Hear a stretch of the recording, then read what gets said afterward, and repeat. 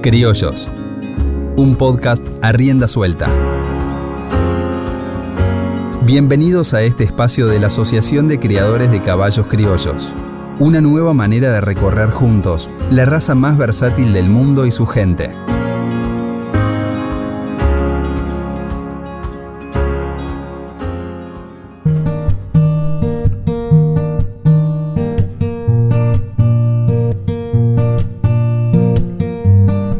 Vamos a volver a los pagos correntinos, a Curuzuco-Atiá. Ahí se encuentra la cabaña La Pilula, de la familia Díaz de Vivar. Una cabaña que, a pesar de ser joven, logró grandes cosas en diferentes pruebas. Rodrigo Díaz de Vivar pasó por este podcast y nos cuenta su historia. ¿Cuándo fue, para atrás, el quiebre que vos dijiste, me meto a fondo en esto de los caballos? A ver, criollos en casa, en el campo siempre hubo. Mi abuelo empezó a inscribió hasta el RP16 y después no inscribió más. Papá era el único hijo, no se podía encargar de todo lo que era el papelerío y andaba entre los campos, entonces no tuvo mucho tiempo. Y a mí siempre me gustaron los criollos. Yo continué el RP, o sea, mi primer RP fue el 17 con Loborí mate dulce, una gateada hija del Pichimanque. ¿No te lo olvidas más? No, y además fue con la primera que corrimos el corral de aparte, después corrió el freno, fue nuestro, era lo que había y había que hacer todo. ¿Qué quiere decir Loborí? Loborí es un paraje que está ahí en la entrada del campo y bueno, como ya venía, lo continuamos. Yo me acuerdo de venir a Palermo de chico a ver los Hereford, nosotros criamos Hereford y al lado estaban los caballos y yo miraba los criollos. Y como te digo, en el campo siempre hubo criollos, cruza con cuarto milla, esa era la combinación que andaban para el trabajo de campo.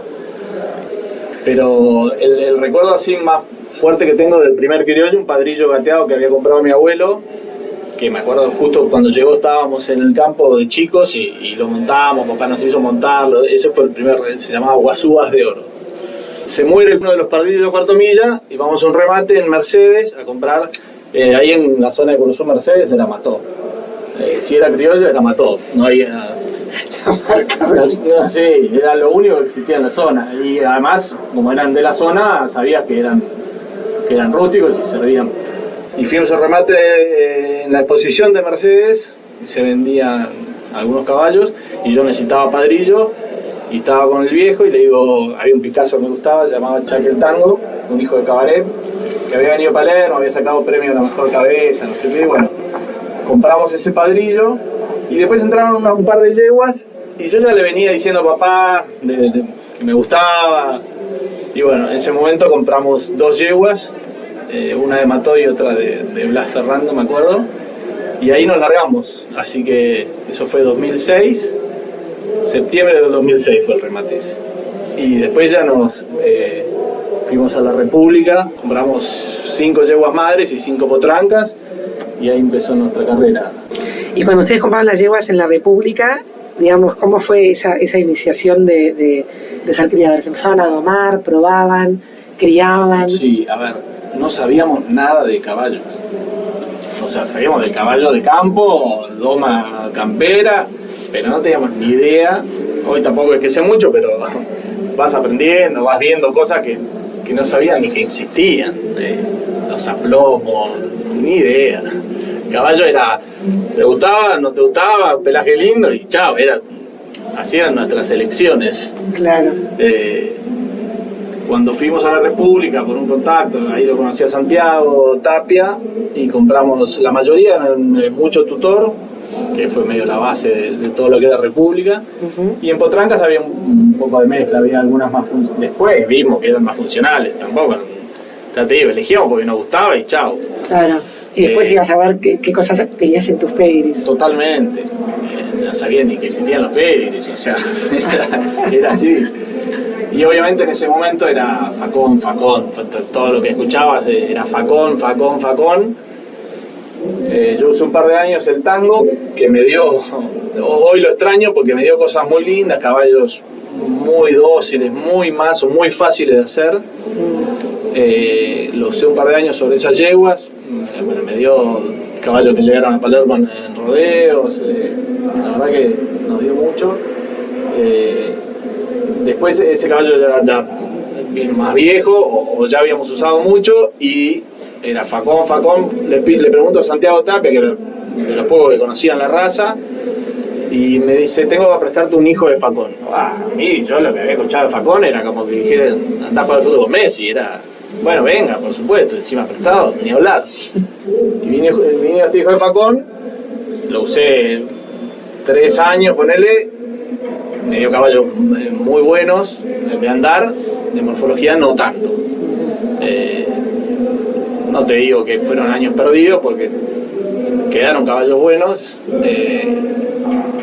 y después ya empezás a aprender, empezás a ver de pedigrí, empezás a ver morfológicamente los caballos, funcionalmente, y bueno, empezás a aprender, porque esa es la realidad. En ese interín lo conozco a un brasileño que se llamaba Ezequiel Fernández, que trabajaba, era herrero y domador, tanto en la República como en la Estrella. Me hice muy amigo y vino muchos años, sobre todo a enseñar a domar al campo, y eso a nosotros nos cambió la visión del caballo rotundamente. ¿Por qué?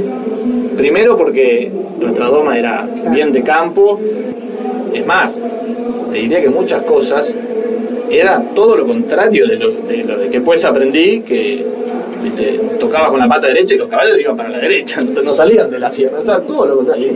Y nuestros bastos correntinos, que eran lo anti-equitación, porque estabas a 15 centímetros del lomo del caballo, con las patas abiertas que no podías llegar con la espuela. Y Pedro también agarró rápido cuando entró a trabajar, fue uno de los que agarró. Y además Pedro, lo que rescato de Pedro es esa tranquilidad que ayuda mucho, ¿no? Esa tranquilidad, esa paciencia, porque es una doma de muchos pasos, de muchos procesos, que hay que tener paciencia. Sí, me enseñó mucho. Y Pedro aprendió mucho también con Jorge Martínez, que era jinete cabañero de los Marticorena, que me dieron una gran mano.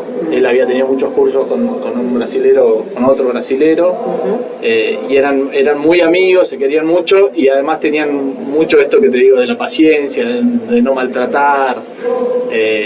Sí, Ezequiel en casa, a Pedro y hoy al hijo del que estaba, también les enseñó un montón.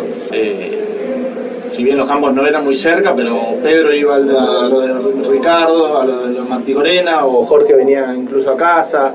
En ese momento habíamos empezado con todo este mundo del freno, y esto, se sentían muy cómodos los dos. Después Pedro tuvo otras en el medio, también con Marcelo Moglia, que iban al Payé. Me acuerdo, después hablaremos de una de las yeguas, que nosotros éramos nuevos, te imaginas, y encima arrancamos con el freno, que es lo más difícil. O sea, no arrancamos con tambores. Nunca me hablan. Claro, no.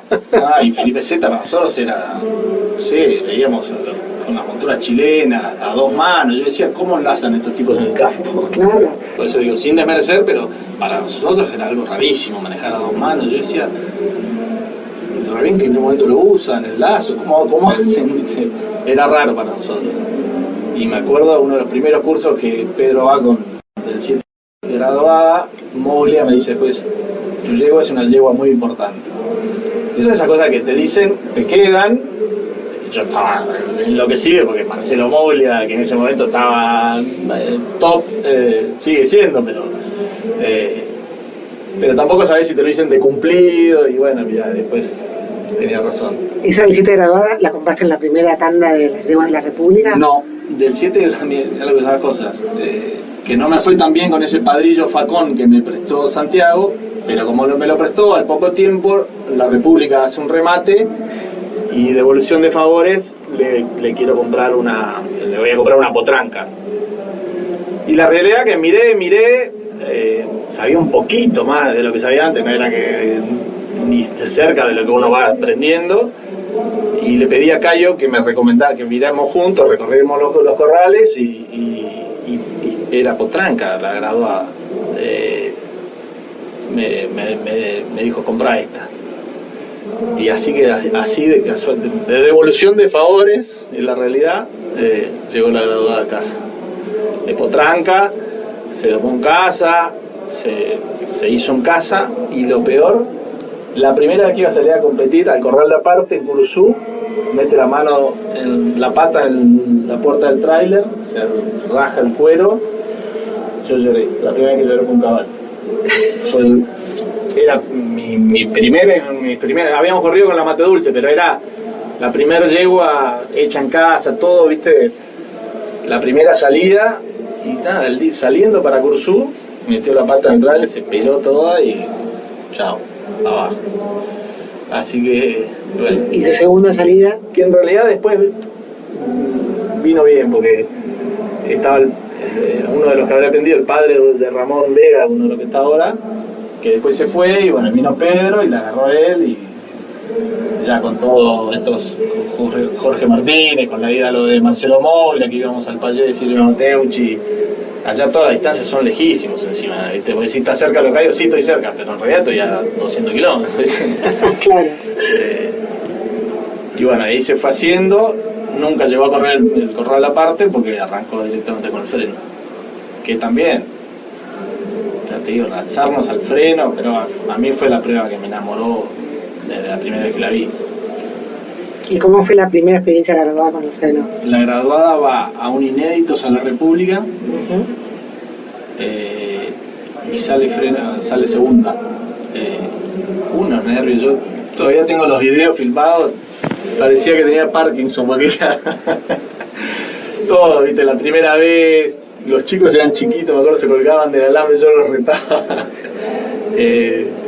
Y en ese momento me acuerdo que juraba a Dado Suñé, y no me acuerdo, creo que era Marcelo Cairol y otro, y Dado Suñé me vino a hablar, no sabía ni quién era.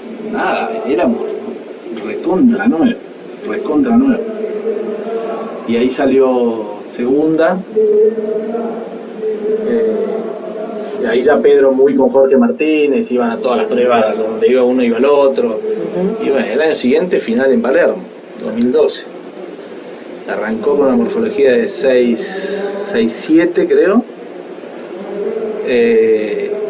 Bueno, y arrancó la prueba, andares bien, figura bien.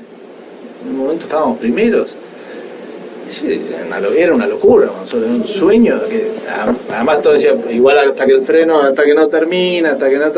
Y sí, yo ya había visto bastantes frenos, fui mucho tiempo secretario, y te digo, fue la prueba que más me enamoró de entrada cuando la vi, porque era todo lo que hacíamos en el campo, era, viste, todo lo que necesitaba el caballo.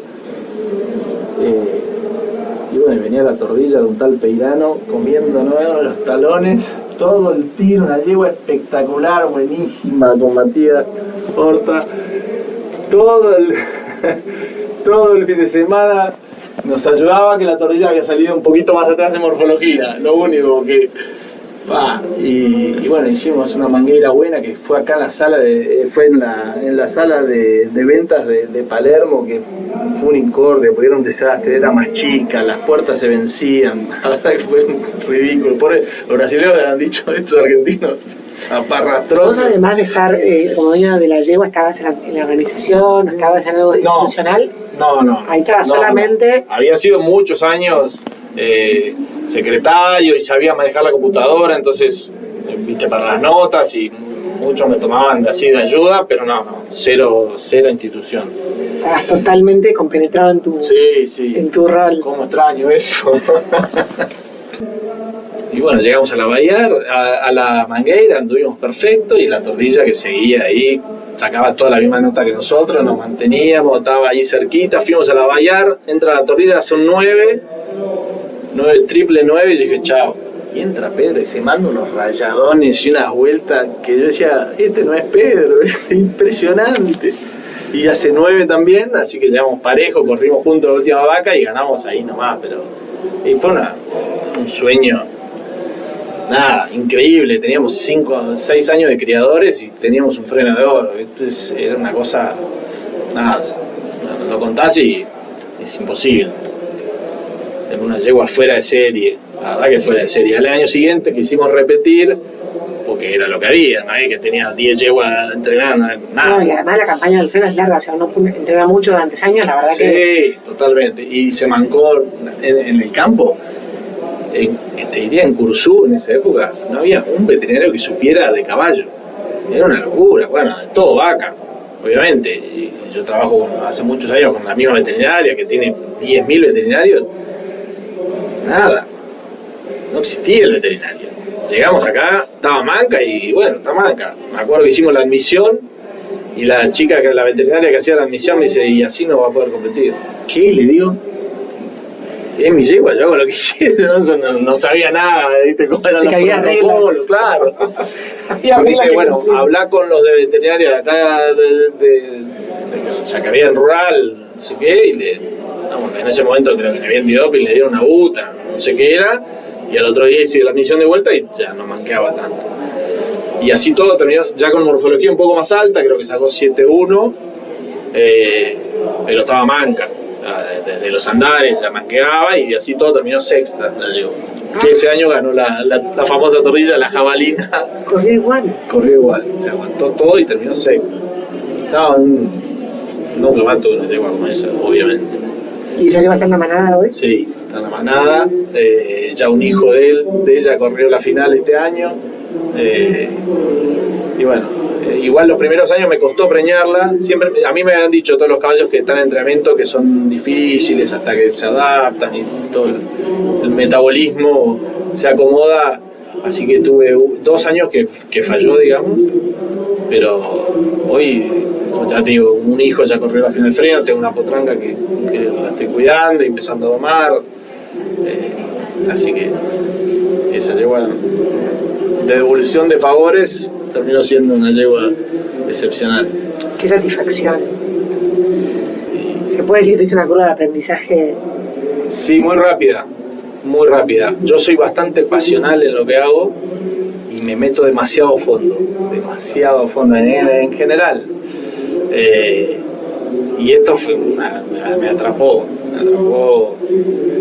ya el hecho de ser criador, así como nosotros criamos vacas, yo no para cabaña, pero y el hecho de lograr un toro también te genera una satisfacción, criar tus propios toros, todo eso, y con los caballos más todavía, porque los disfrutabas andando, ¿viste? La familia te acompaña, que eso es muy importante. Sí. Pero sí, ¿viste? Yo me acuerdo cuando gané el freno, había creadores de, no sé, de 80 años que no le habían ganado. Yo decía, qué locura, o sea, es un sueño. Y después está bien, el freno recién arrancaba, después te das cuenta que no es fácil, o sea, que valoras más lo logrado, ¿no? Claro. Vos compraste las yegua con tu padre y después dijiste, bueno, pero yo quiero meterme en el fondo de oro, como decías vos. O sea, pasaste de cero a la prueba más ambiciosa para un criador. Sí. ¿No? ¿En qué momento te diste cuenta que querías ser un criador de los que están en pista? O, bueno, ahora vamos a hablar de cosas de los rodeos también, digo. Sí. No es que te quedaste en la morfología de la manada o decir, bueno, empiezo despacito, no. Si estos 6 años ganaste el freno, digo, algo hiciste en el medio, ¿no? No, y claramente nosotros, a ver, calculo que como todo criador quiere tener un caballo lindo. Yo hay algo que por más bueno que sea el caballo, si me duelen los ojos al mirarlo, y lo dejo en el campo montado, pero no. A ver, de básico, un caballo que lo mires y te guste. Vas aprendiendo qué son las cosas buenas, ¿viste? Vas aprendiendo a plomo, de grupa, de cuello, de todo. Y también en la pilula se doma todo, entonces también lo probás. ¿Hoy cuánto tiene tu manada? ¿Cuántas yeguas? Y lamentablemente tengo como 30. Yo no quería pasar de 12, 15, que es imposible. Te llenás de caballos a los 5 años, tenés de todas las edades, caballos por todos lados. Es difícil. Y uno se apega a muchas yeguas, a muchos caballos que tenés que venderte. Bueno, esta es hija de hoy, la domó y te cuesta y bueno, se te termina agrandando la cosa. ¿Qué tendrías para decir sobre el tema de la sustentabilidad del criollo? A mí me llena más que la plata. Por suerte, el viejo acompaña, mis hermanos también, porque si no sería difícil que yo haga solo una cosa que no da plata. Pero yo creo que sí, estoy convencido que se puede hacer sustentable. Sin duda, se puede hacer sustentable. Y ahí entramos un poco de vuelta a lo que hablábamos antes. Tenés una vaga de 500 madres, obviamente tus remates son mucho más grandes, o haces 3 remates, es otro movimiento. Pero hay mercado. Y hoy hay mercado para todo. Eso es lo bueno que tiene el criollo. O sea que la sustentabilidad de la raza de alguna manera ayudaría a que... Sí, totalmente.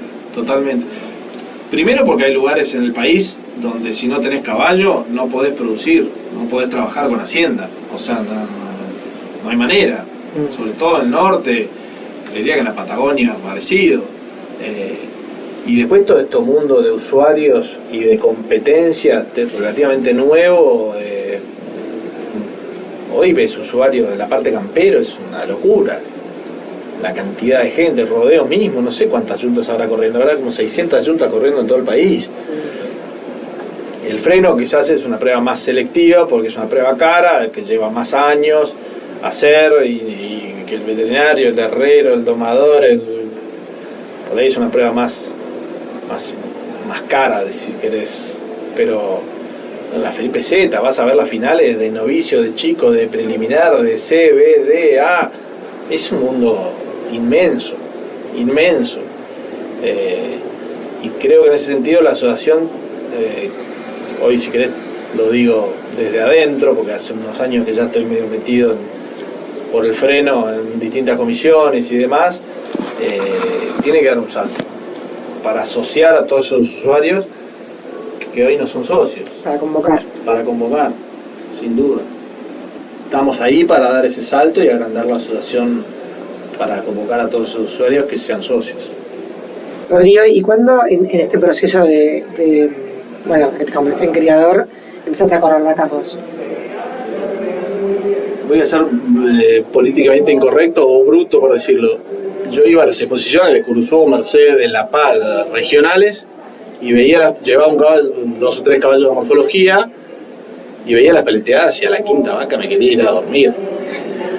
Era aburridísimo, monótono, no entendía mucho tampoco, y bueno, los Martí Corena, Ricardo me dijo, tenés que empezar a correr, y bueno, también de la mano un poco de Jorge Martínez empezamos a correr, te diría 2012, 13, ahí medio cuando la graduada ganó, ahí esos años, sí, por ahí.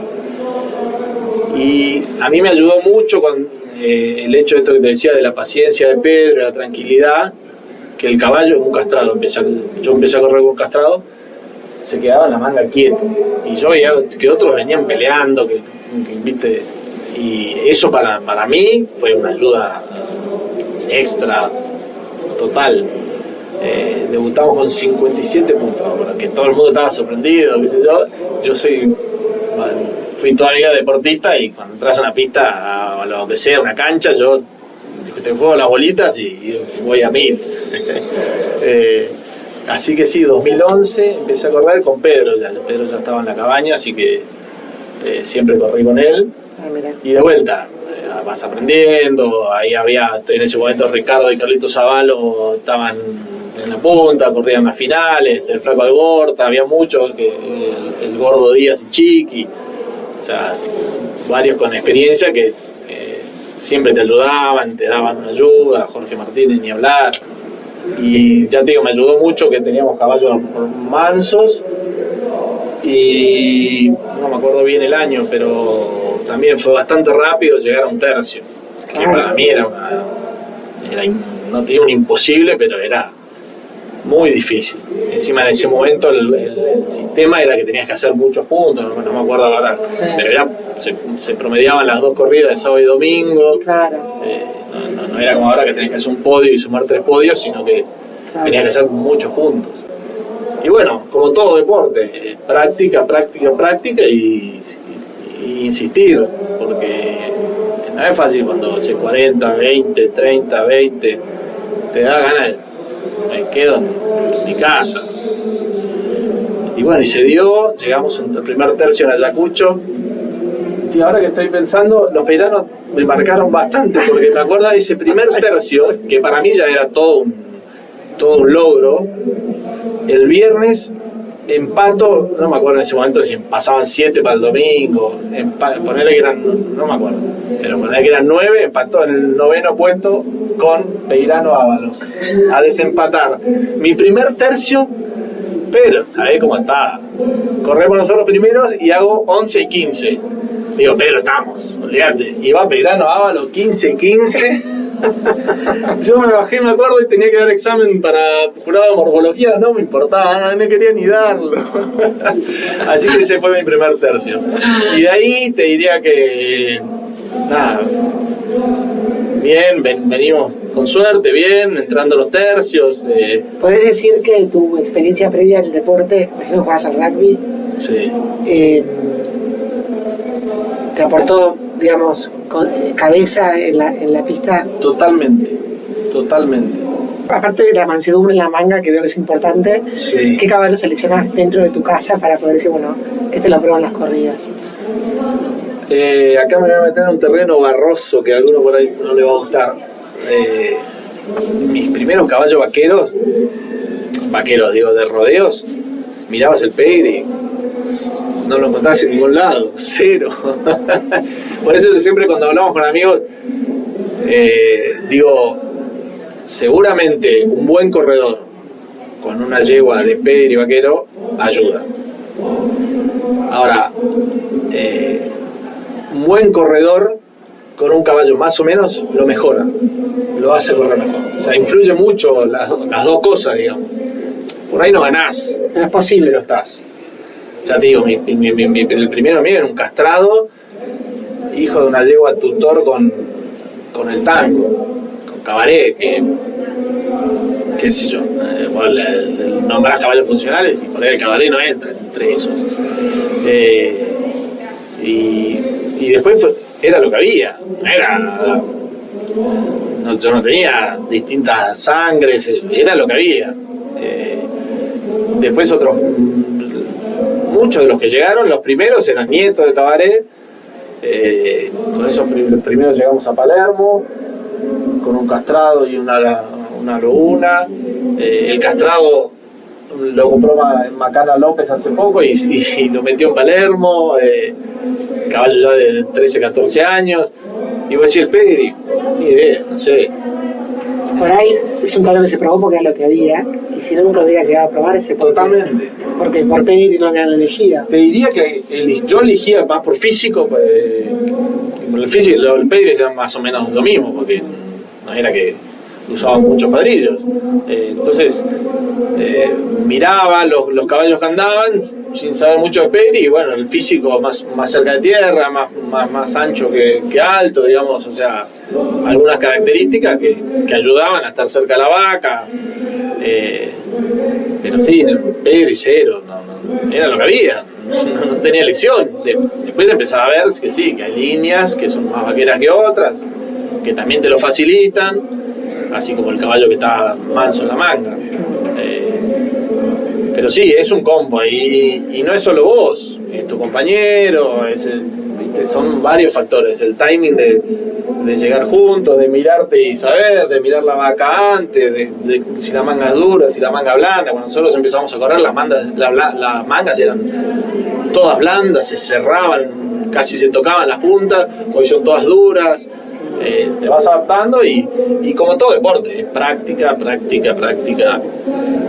como todo deporte. ¿Y la yunta de corres hoy qué caballos tienen? Hoy estamos corriendo la rociada con la curtida. La rociada es hija de aquel caballo que me prestó Santiago Tapia, un hijo, o sea, viene a ser nieta de Facón, en una madre paisano.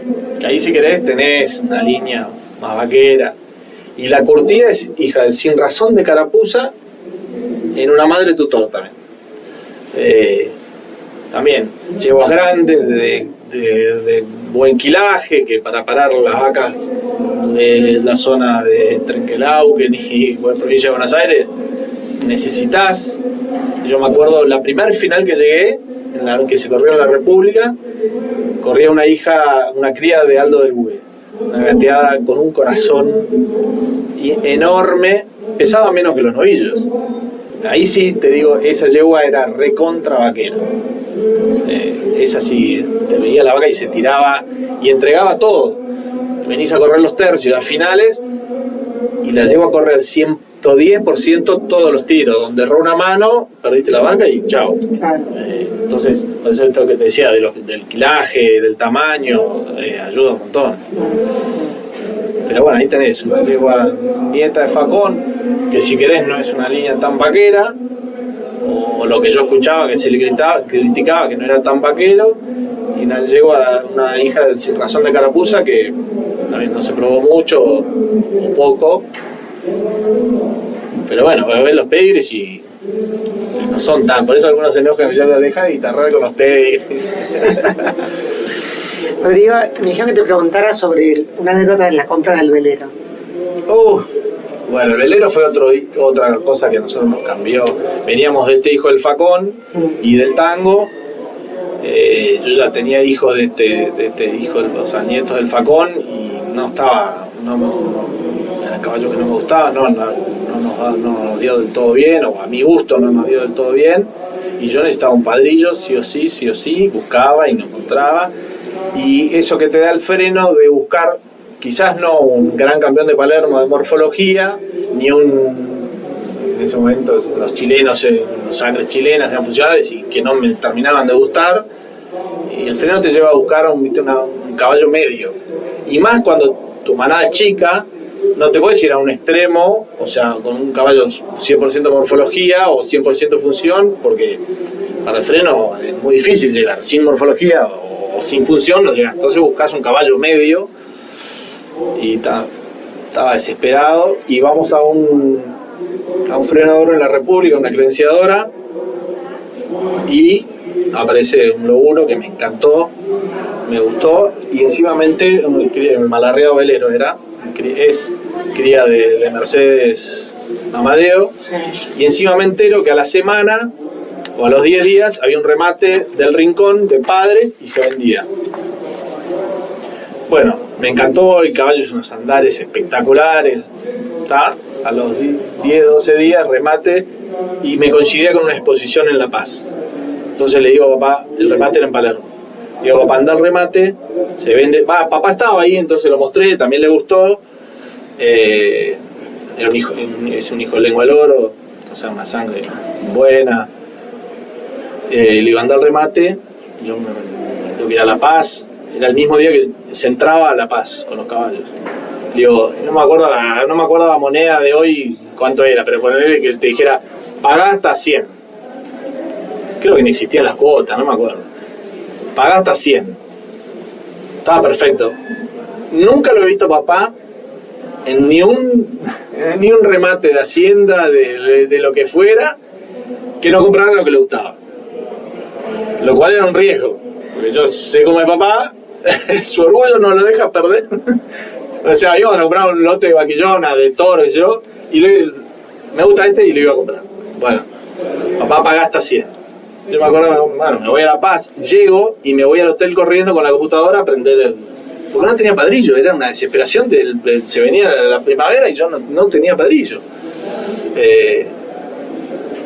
Entro al hotel, prendo la computadora, el velero en pista. Y bueno, y estaba como si te dijese 200, y yo decía, no puedo creer, me quedé sin padrillo.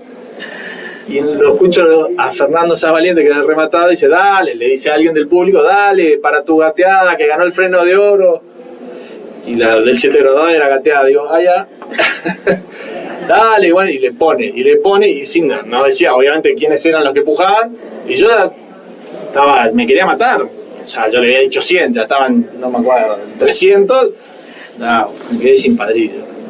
Estaba renegando, y bueno, baja el martillo, la pilula. Y me quedé estático frente a la computadora, de una mezcla de alegría de tener padrillo, y nos fundimos. Bueno, se pagó, no me acuerdo los valores, pero pagó 3 veces lo que yo le había dicho, el máximo. Y es el día de hoy que cada vez, bueno, después el velero hizo de todo, y hoy hijos, hijas, y papá me dice, qué barato, compré ese padrillo. Y la verdad que tenía razón. Y siempre, ya te digo, papá siempre fue así y siempre no nos peleamos, pero decíamos, él siempre dice, son unos ratas, cuando te gusta algo, compralo, cuando, si no te das el gusto ahora. Y la verdad que tenía razón. Está bien, con el diario El Lunes, ese padrillo a nosotros nos cambió la cría, ya te digo, por esto de conseguir morfología y función en el mismo caballo, un caballo que fue reservado, gran campeón de Palermo, corrió 3 finales del freno, vino domado, que ahí nos jugó en contra porque, bueno, no importa, pero en la manguera, en el corral redondo, el caballo no anda. Sí, pero fue un caballo que fue reservado, gran campeón de Palermo, 3 finales del freno, termina su campaña del freno, lo pongo en la manga y me trae a Palermo. O sea, ¿qué más le podés pedir a un caballo? Y encima empieza a padrear las primeras crías, campeona de Curuzú, campeona de Mercedes, finalista del freno. Para mí el velero es. Yo siempre digo que no perdí 10 años, pero casi. Si hubiese encontrado el velero de entrada, empezás con el pie derecho en la cría. Rodrigo, ¿y qué es el éxito para vos? ¿Qué es el éxito? El éxito para mí, qué pregunta. No, yo creo que aprendí lo que es el éxito con el correr de la vida en distintas facetas, no solo en creadores, dar el máximo de uno mismo y estar contento con eso. Soltando el resultado. Sí, a ver, como te dije antes, soy deportista y si vamos a jugar a las cartas te quiero ganar, si vamos a jugar a la bolita te quiero ganar. Pero si doy todo y salgo tercero, cuarto, quinto, lo que fuera, eso es el éxito. Y un poco lo que hablábamos antes, el éxito es correr rodeos acá, correr rodeos en Palermo y que tu viejo, eso es, no tiene precio. Me emociona ahora. Eso no tiene precio. Son cosas no tangibles que te da la crianza o mismo el deporte, porque también cuando jugaba al rugby y verlo al viejo en la tribuna, yo me sentía más cómodo, la vieja, que me iban a ver a todos lados, te da un plus, eso te hace sentir pleno, y creo que el éxito pasa un poco por ahí, viste, algunos te dicen, es re exitoso, estás lleno de plata, y al final terminamos todos sobre todo en madera, y la plata, y lo que te llevas es un poco eso, la satisfacción de sentirte contento con lo que haces y todo lo que te acompaña, y ni hablar de la cantidad de amigos que me hice, y buenos amigos que me hice por esta pasión. Bueno, se ve que llegaste de grande a la raza, pero no perdiste el tiempo. Y te le dije antes, lo que me meto voy a fondo, y sí, a veces no está tan bueno. Te voy a hacer una serie de preguntas cortas, decime lo que se te ocurra cuando te lo digo, pero ¿qué gallos referentes te vienen a la cabeza? ¿Te gustan? El colibrí matrero, tuve el gusto y el placer de jurarlo en la FIC, y bueno, y después verlo en los otros años siguientes, a mí fue el caballo que me llenó plenamente, un caballo lindo y con fuerza. No sé si es porque lo juré y lo vi tan de cerca, pero sí, te diría que fue el caballo que me llenó. Obviamente hay millones, campeones de Palermo, lindísimos, pero es un poco lo que te decía antes, ver ese caballo lindo y bueno, no hay muchos. ¿Yeguas? Del 7 grado. Yeguas hay por ahí más. No sé si tengo una así, o sea, sí, mía del 7 grabada, pero no sé si tengo una así tan marcada. Te diría por ahí, me va a decir brasilero, la Oraca. A quien no le gustaba y la lleva buena.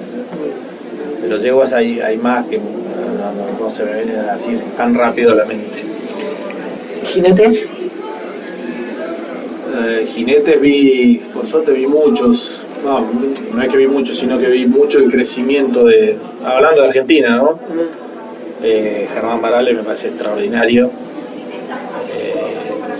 No voy a descubrir nada de Horacio Casín, tipo reggae técnico. Sí, ahí Pedrito García, bueno, y después están los viejos de siempre, Etel, Gordo Díaz, Marcelo Segura. Siempre me gustó Matías, Horta también. ¿Algún referente de la raza que quieras nombrar? Y bueno, para mí, por la cercanía y lo que me ayudaron, Tucci fue un gran maestro, con mucha paciencia y mucha docencia. Cuando mirar una jura al lado de Tucci era aprender un montón. Voy a decir a Eduardo del Stelberg, aunque no lo conocí de vista, pero el loco evidentemente tenía algo, sí, tenía una visión fuera de lo normal.